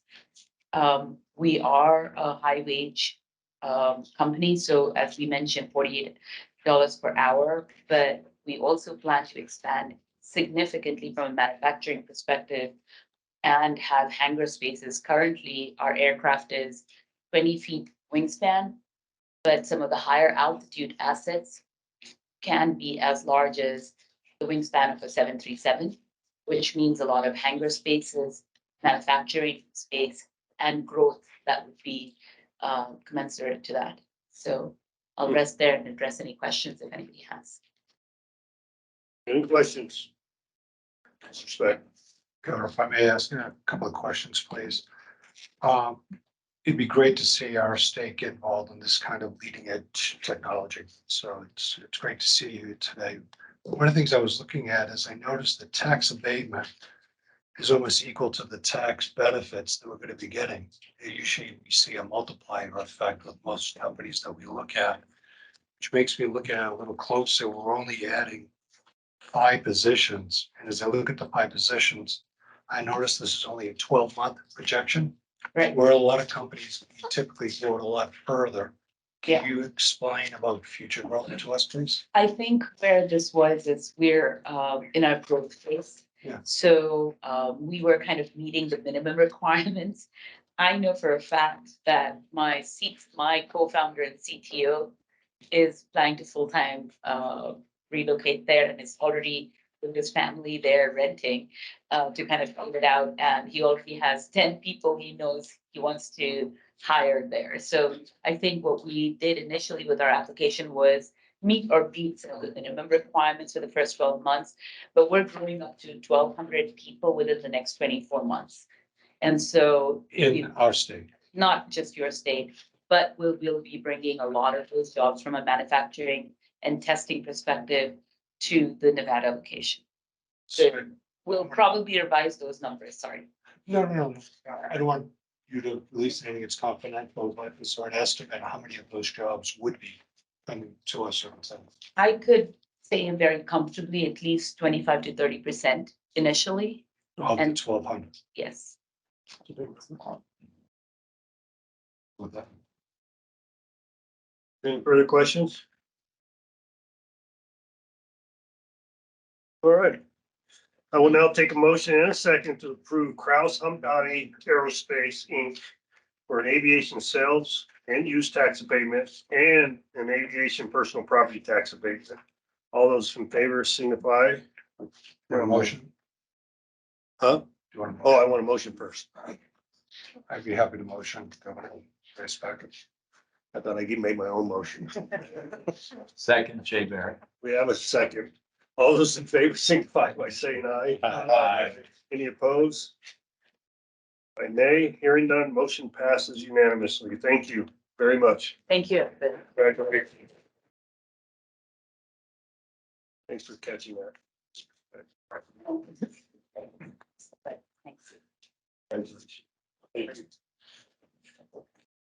All right, I will close agenda item number 7, go to agenda item number 8, abatement applications for director's approval. Mr. Burns.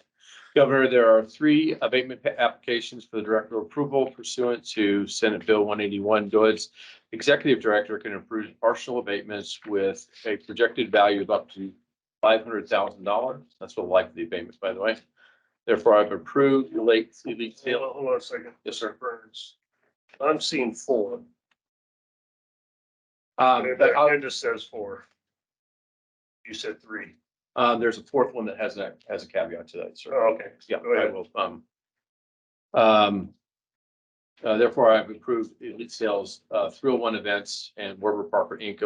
for sales use tax abatement, a modified tax abatement, and a personal property tax abatement.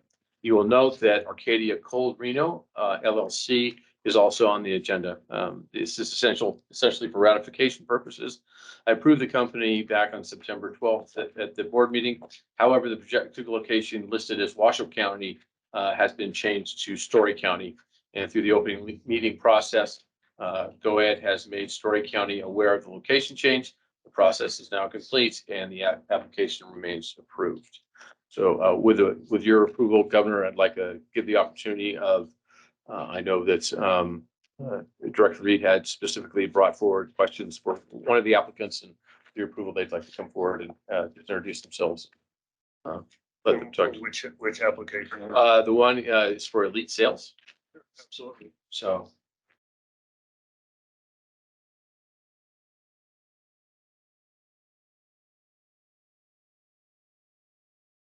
Great.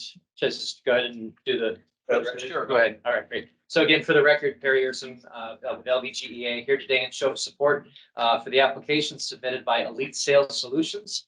This company serves individuals and families across the United States navigating complex tax challenges while providing financial literacy and peace of mind. And as California continues to grow its burden on businesses, this company is at a crossroads to relocate a significant portion of its operation to a more business-friendly environment. Elite Sales Solutions is exploring their options to expand current operations in Southern Nevada by relocating their Los Angeles operations. This expansion would add 80 new full-time positions, producing an average hourly wage north of $36 an hour. Total capital investment projections total approximately $875,000 with $375,000 of that in capital equipment. This application was brought to LBGA through Ms. Jane Caton, Principal in Office Sales and Leasing at Avis & Young, a leading national commercial real estate firm with offices here in Las Vegas. Lease application meets the requirements set forth by the Governor's Office of Economic Development and has the full support of LBGEA. With us today from Elite Sales Solutions is Mr. Terry Sell, Mr. Anthony Miller, who will provide further insight. Taylor Bennett, I apologize. Ms. Taylor Bennett, excuse me, who will provide further insight into the. Mr. Bell. Thank you. Governor Lombardo, Lieutenant Governor Anthony, and Director Burns, and members of the board. I want to thank you very much for this opportunity to be here today. It really is a privilege and an honor. My name is Terry Sell. I am the CEO of Elite Sales Solutions. Our primary brand is called American Tax Services. We do everything from tax planning, tax resolution, asset protection, the taxes, we do it. You know, I find this meeting humbling before you, I want to say that, but also a real privilege. My wheels are still spinning, so to speak, from the Formula One deal we went to for 3 days. It was crazy, wild. And I will say that if Las Vegas was not a global city at that point, it is today. I can tell you that for sure. All over BBC and, you know, really, really quite an event. I'm still trying to get over that one. Nevertheless, our formula for the term for success to date has been, Tyler and I, 6 years ago, just opened an office, started a tax company, and through a lot of hard work, effort, time, money, and risk, et cetera, have grown our company over the past 6 years. There's 2 of us literally to a company that does about $40 million a year now. We got about 105 employees, most of them located in Los Angeles. However, some of them be located here, but most of the staff frankly being replaced by Nevada employees. The reason why we decided to relocate into that is very simple. It's cheaper. We save money. It's just as simple as that. We occupy currently the 16th floor of the Agru building in downtown LA. And now we are occupying the 12th floor, the entire 12th floor of the 101 Convention Center Drive building. And truth is that we pay less in rent here. We pay for parking in downtown LA. That's the true statement. But that's just one example of many I give you. There's a savings for us as a company. And so it's all about, a combination of saving money for sure. And the incentives that the state offered absolutely played a role in our decision. And frankly, the guy sitting next to me, Perry, I want to personally thank him for, he was my first real contact. I mean this, he really helped me a lot. And he showed me the way how to do this. Anyway, as for us, we're basically a firm that consists of tax attorneys, enrolled agents, CPAs, and a pretty large staff of support personnel, about 85%, I'd say, plus sales people, obviously, all of whom, 85% of whom are going to be located here in Las Vegas. We've already started the transition with them hiring Nevada attorneys, obviously, and enrolled agents, et cetera. We expect to have most of our relocation completed by the end of December. It's expensive, but it's worth it. The average grade wage in our application was $36.22 an hour, I think. That's on the light side. It'll probably be higher than that, really. Secondly, one of the we also offer complete free health insurance to all our employees and their families. In addition to that, free tuition, go to school, I don't care what they do, they go to school, we pay for it. We don't care if it's late, what they're doing. Art school, it can be, CPA, it doesn't matter to us. Also, and lastly, that another big reason we're coming here. And we are both now proud Nevada citizens, voters, registered voters, and homeowners. So we're in it to win it. We're all in. The company's all in. And part of this process today is us really making a statement to ourselves, to the community, that we are all in for Nevada and Las Vegas. And we're really proud to be part of this. I really, really mean that. So really, the growth of our last month we had our best month ever. And we're still growing and continue to grow. And we want to be part of a city and a state that also supports businesses. I'll just close with this. I'm not going to talk too much, which is I really mean this. The welcoming that we have received, the warmth, the welcome from other business owners in this town already has been so enriching and so helpful. I cannot overemphasize the business friendly environment. We come from Russia, basically. I don't care if you look California. I don't know. I'm not our own stuff. We're glad to be out of there. We are. We're very proud and happy to be here. So that's it. I'm gonna hire you as our pitchman. Yeah. We decided on a road trip to California. It's all true. It's all true. I'm Irish. I speak from the heart. Any questions? Mr. Reed? Just Josh Reed for the record. I'm an attorney here in Nevada. And so your application kind of spurred my interest because you market yourself as a law firm. And American Tax Services, the website says it's a law firm. I just wanted to make you aware that Nevada rules of professional conduct. I know everybody's been very friendly to you, but the state bar might not be. This has changed a lot across the country where there can be non-attorney ownership of law firms. Nevada is not one of those states. So, to answer your question, we are not a law firm. We are a tax firm. Your website says you're a law firm. And we will, if that is the case, we'll make the change, but we do not practice any law. We do pseudo law, which is tax law, which is the IRS bar, not a state bar. Yeah, very important. We'll want to change that. Yes. Yeah. People will notice it's very, very, I wouldn't say anti-competitive, but the Nevada lawyers protect themselves. We fully understand. Absolutely. Point out those. Very good. Okay. Anything else to learn or any other board members? Did we list all the companies? your presentation. I know it's not an action item, but I think it's for the record. I don't know if you read the name of everyone. Wasn't there one missing? That was the first one. This one? No, yeah. Okay, Who's gonna address that? all right. Katie was the one. Okay. Yeah, that was change of address. I just didn't hear. We're Fair enough. Real one. But anyway, go ahead. Well, welcome. Thank you. Yeah. Yes, thank you. Thank you. Somebody's. Yeah. Governor and board members, next we have, 301 events, and Michael Walsh is here to introduce them. Thank you, Director. Thank you.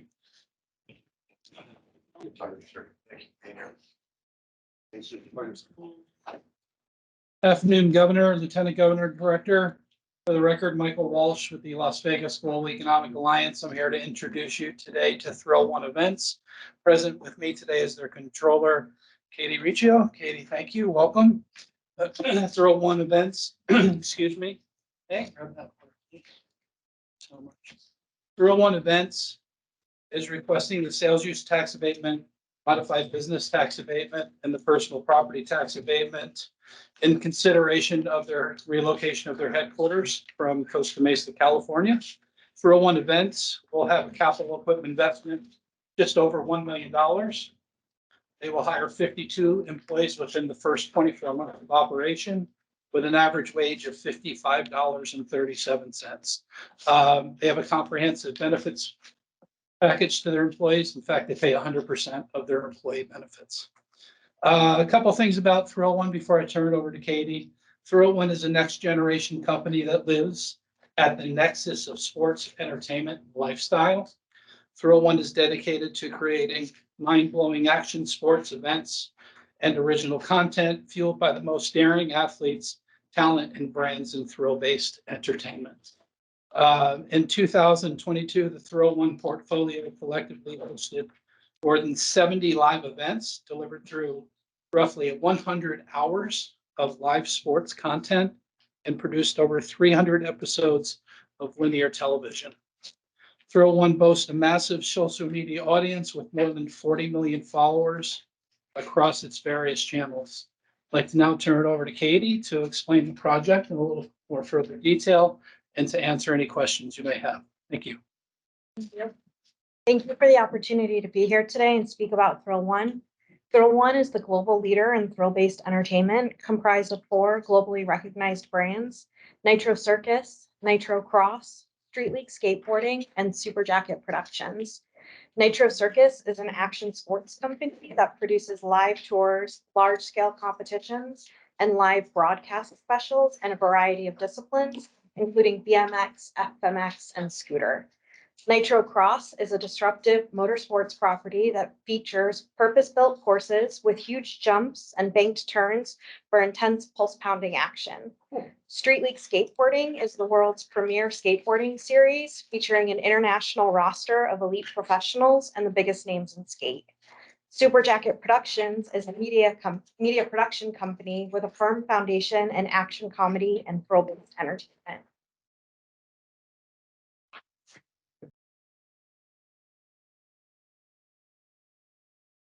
I'll now entertain any questions.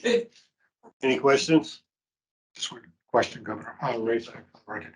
Just in the first sentence is considering, so if you are approved today, you are. I want to answer that question. Thank Because we're full court, hard press. Tina, identify yourself. Tina Quigley, LBGEA, for the record. So Governor, you are actually going to get to meet with their CEO when they come out for our Super Bowl event. And they are very much looking forward to meeting and hearing from you as to why this is a state that is open for business and very appropriate for this type of location. Because we want to get them out of California, which is where else they are also. Yeah. Just read. You know, it's 10,000 square feet. What not for sure. Company like this put in 10,000 square feet of space. It would be our corporate headquarters. Okay. So everything from accounting, legal, production, operations, marketing. Like action, and I was hoping. For the record, I'm a fangirl of Rob Dyrdek of Ridiculousness and Fantasy Factory, so if you could really work hard, Governor, to get them here, that would be. I'll make you a promise. Okay. She heard the previous, business cheerlead for. Introduce them. Sure. Yeah. Yeah. Any other questions from the board?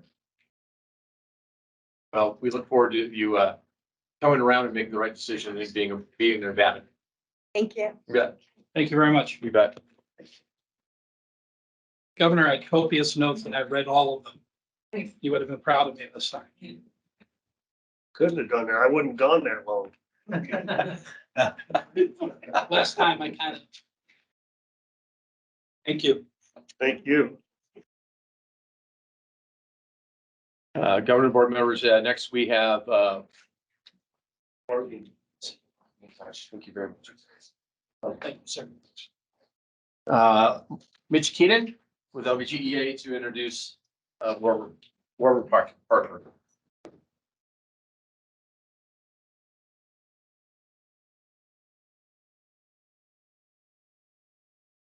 Good afternoon, Governor Lombardo, Lieutenant Governor Anthony, Executive Director Burns, and Board. For the record, I'm Mitch Keenan, Associate Vice President, Las Vegas Global Economic Alliance. I'm excited to introduce you today Rafaela Carvalho Mangani, VP of Manufacturing and Operational Excellence with Warby Parker. Warby Parker is requesting the sales and use tax abatement, modified business tax abatement, and the personal property tax abatement for their upcoming expansion project. Warby Parker will make a capital investment of just over $1.3 million. They will create 30 new jobs with this expansion, pay on average $25.37. Warby Parker meets the requirements for a reduced tax abatement package for this expansion opportunity. And then it's important to note that Warby Parker employs over 150 people in Nevada and has made a conscious effort to be a good partner with this community. For every pair of glasses sold, a pair is distributed to someone in need through Warby Parker's Buy a Pair, Give a Pair program. To date, Warby Parker has manufactured more than 15 million pairs of glasses and has distributed them globally. I will now pass it over to Rafaela to tell more about their upcoming expansion. Thank you so much for the opportunity to be here. We have an incredible success story here at the States. We have opened our facility end of 2021.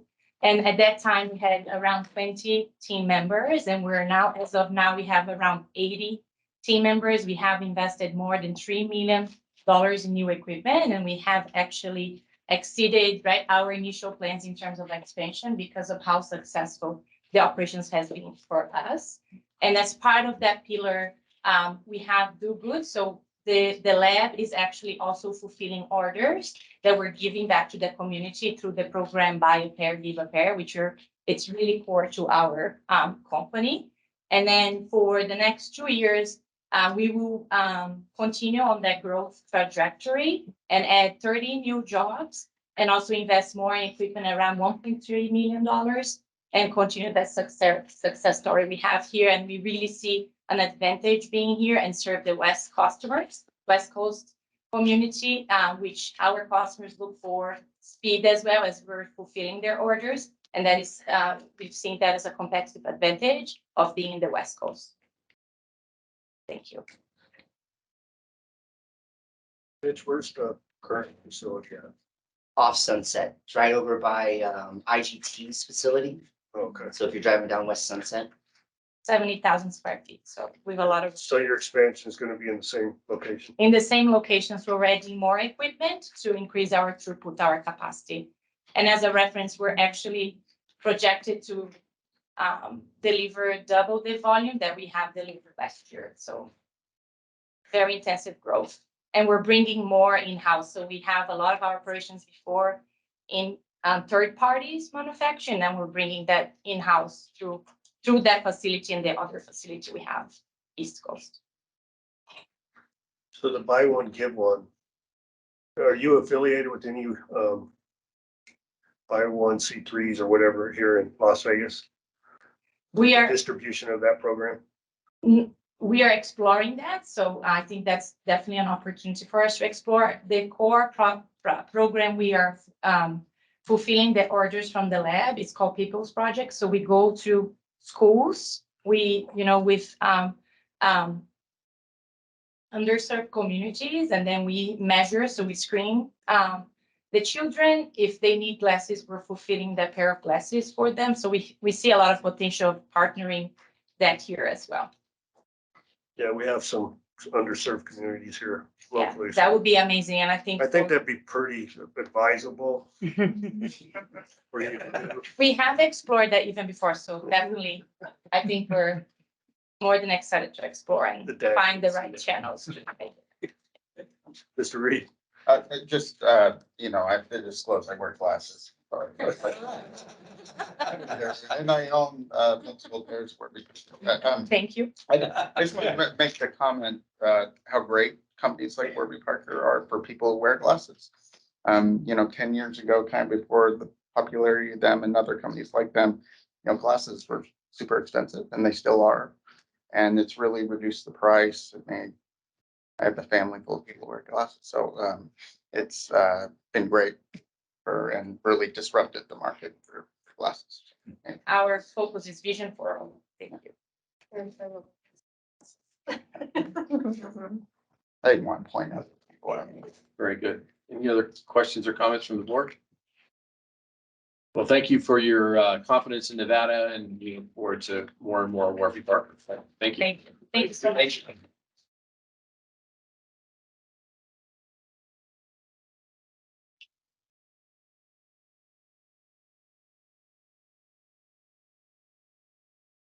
It's interesting.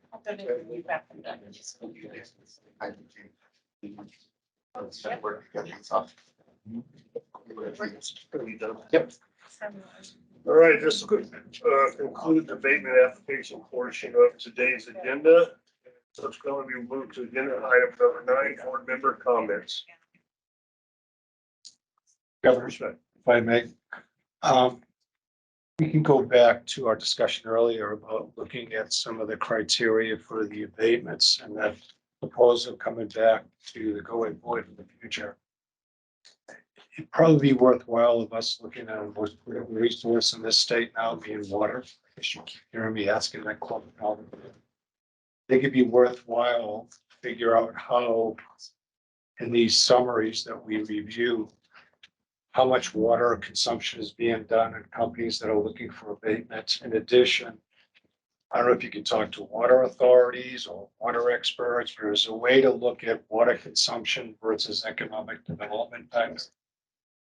Yeah, thank you for my respect. So we've been working with SAWA in particular.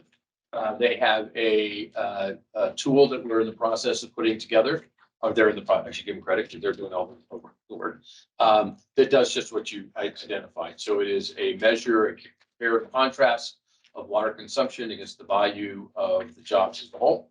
And so they will have a green, yellow, and red rating system. And it sounds is what it sounds like. Green's is stay really go. Yellow, let's talk about it. Red is they're probably not in favor. It will be a tool that ultimately this board will decide on, because, and I'll use this by way of example and possibly hyperbole, but let's say there was a pediatric hospital and for whatever reason it fell into the red region. I don't know that to be the case, but let's say it did. But we decided that as a community, we needed a pediatric hospital.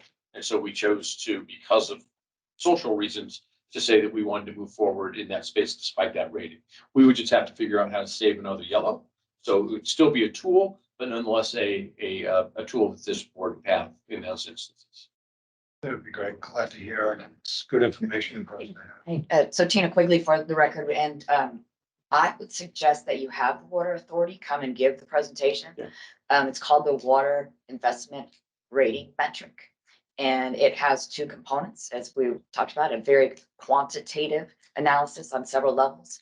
Once it goes through quantitative, then it'll go through qualitative. So if it doesn't pass out of quantitative, they'll do a deeper dive into types of jobs, wages, impact in terms of taxes to the state, and then social good as well. Excellent. So correct me if I'm wrong, Chris, maybe you can weigh in on this. that's already considered in the evaluation, whether we would bring the company on board first, right? Because we talked about open loop versus closed loop and like a reconstituting of the water. Right.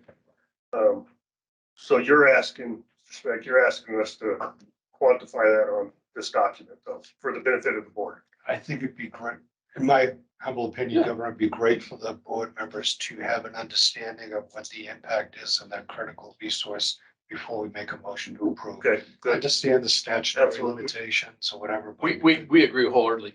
I will tell you that, in conversations with the water authority, they are still working on the model a little bit. And we're hoping to have it for the next meeting. And I guess I will have to defer to, some other folks about how the presentation could be, because I don't know if it needs to be, it would take up obviously a fair amount of space in here. But with open meeting laws, I guess I need a little coaching about whether that belongs in a meeting. It's agendized, we can have the presentation. But I'm still gonna go back because I know we had some problems with previous companies and we've had to delay them until they developed a system or gave us a better answer to the water use numbers. So I'm confused why you say they're still developing it. Yeah, so there's Chris Sanchez for the record. So there's a SWS has been working on the tool now for almost a year, a little over a year, actually, now that I think about it, from our initial conversations. And the framework is still kind of in the testing phase in terms of how it will actually be applied. As Director Burns had pointed out, the idea is to come up with a rating tool that's based on a methodology that will provide consistency across economic development and how we look at the companies so that it's not arbitrary and capricious, basically. So that we can have an anchoring methodology that we use to make these decisions. The Water Authority has been looking at different ways to, in that rating tool, help companies actually meet whatever standard is developed in that structure.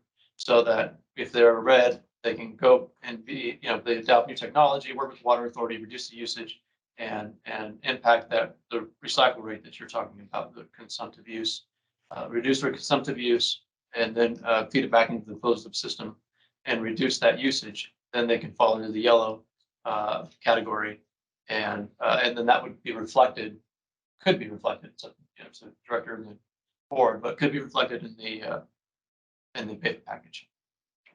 What their steps have been if they chose to not take those steps, and then what the overall impact would be.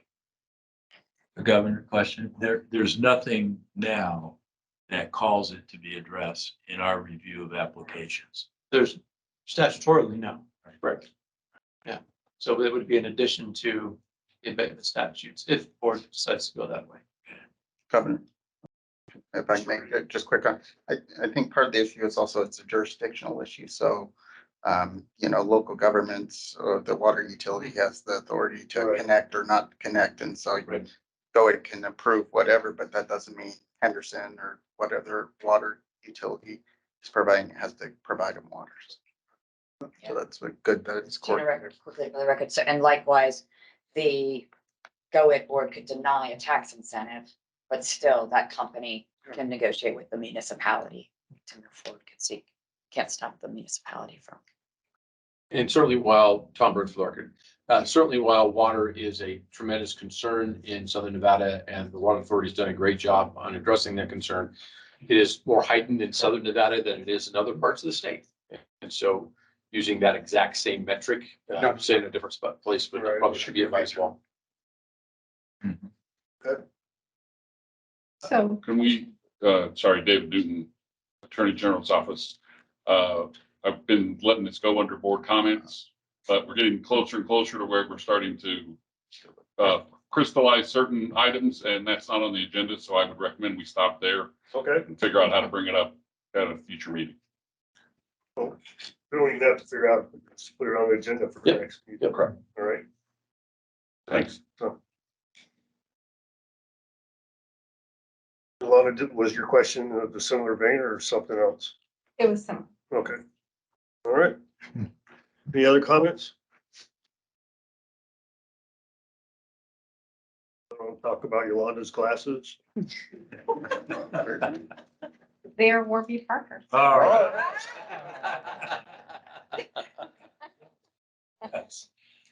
All right, we will close agenda item number 9, board member comments, move on to 10. The only comment that I have is I want to thank Chris Sanchez and his promotion.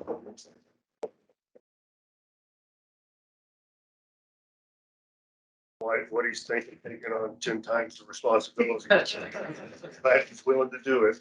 Thank you, Governor. And I appreciate all the work you've done previously to within the Office of Economic Development. I think you created a huge foundation for Mr. Burns to operate from. Great.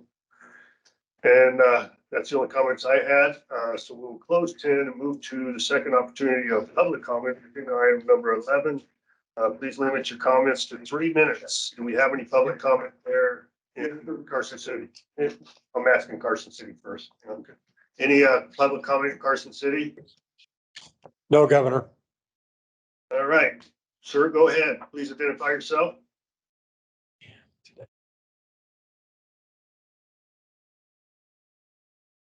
I am Bill Steeren. I'm here representing SC Energy. SC Energy stands for Safe Clean Energy. We are a small core group. We have a special energy project sitting on the shelf, ready to come forward. We are a group of business people, nuclear scientists.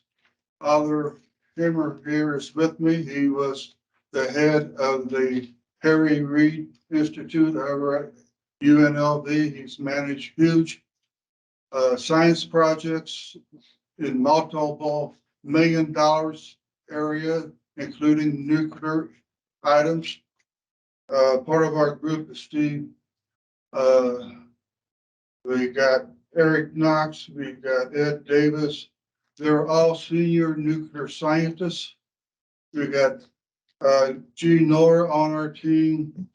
We got Interstate Partners as part of the development, business development. We got Casey and Associates. We got Black and Willem as part of the legal team. The thing I like to talk about is the fact that the United States has a large and growing problem with used nuclear fuel.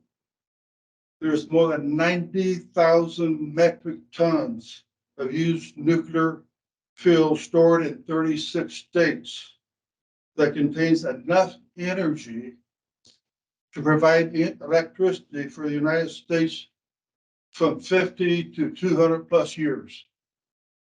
The problem can be solved by Nevada consenting to receive the spent nuclear fuel, not to receive it here, not for storage, but for recycling, to put the recycling fuel back into fast reactors that's available today. We can arrange for you to go to Argonne National Laboratory. They have developed the technology. In January, the Department of Energy has licensed the first technology designed for it to be put in use, and they have 9 customers ready to take it. Currently, this is the only state that can accept by federal law that spent used fuel. We are the ones that can take it today and recycle it.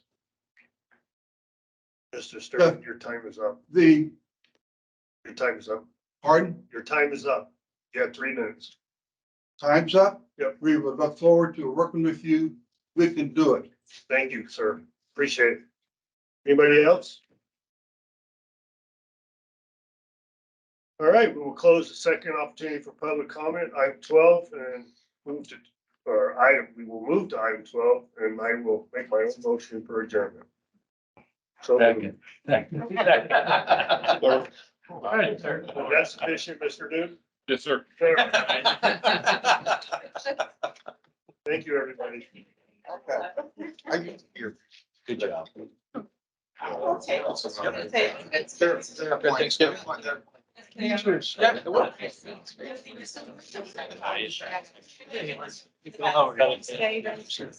Well done.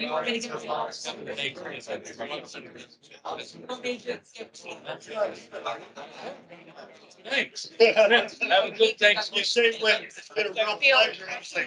A continuing pleasure. How's it?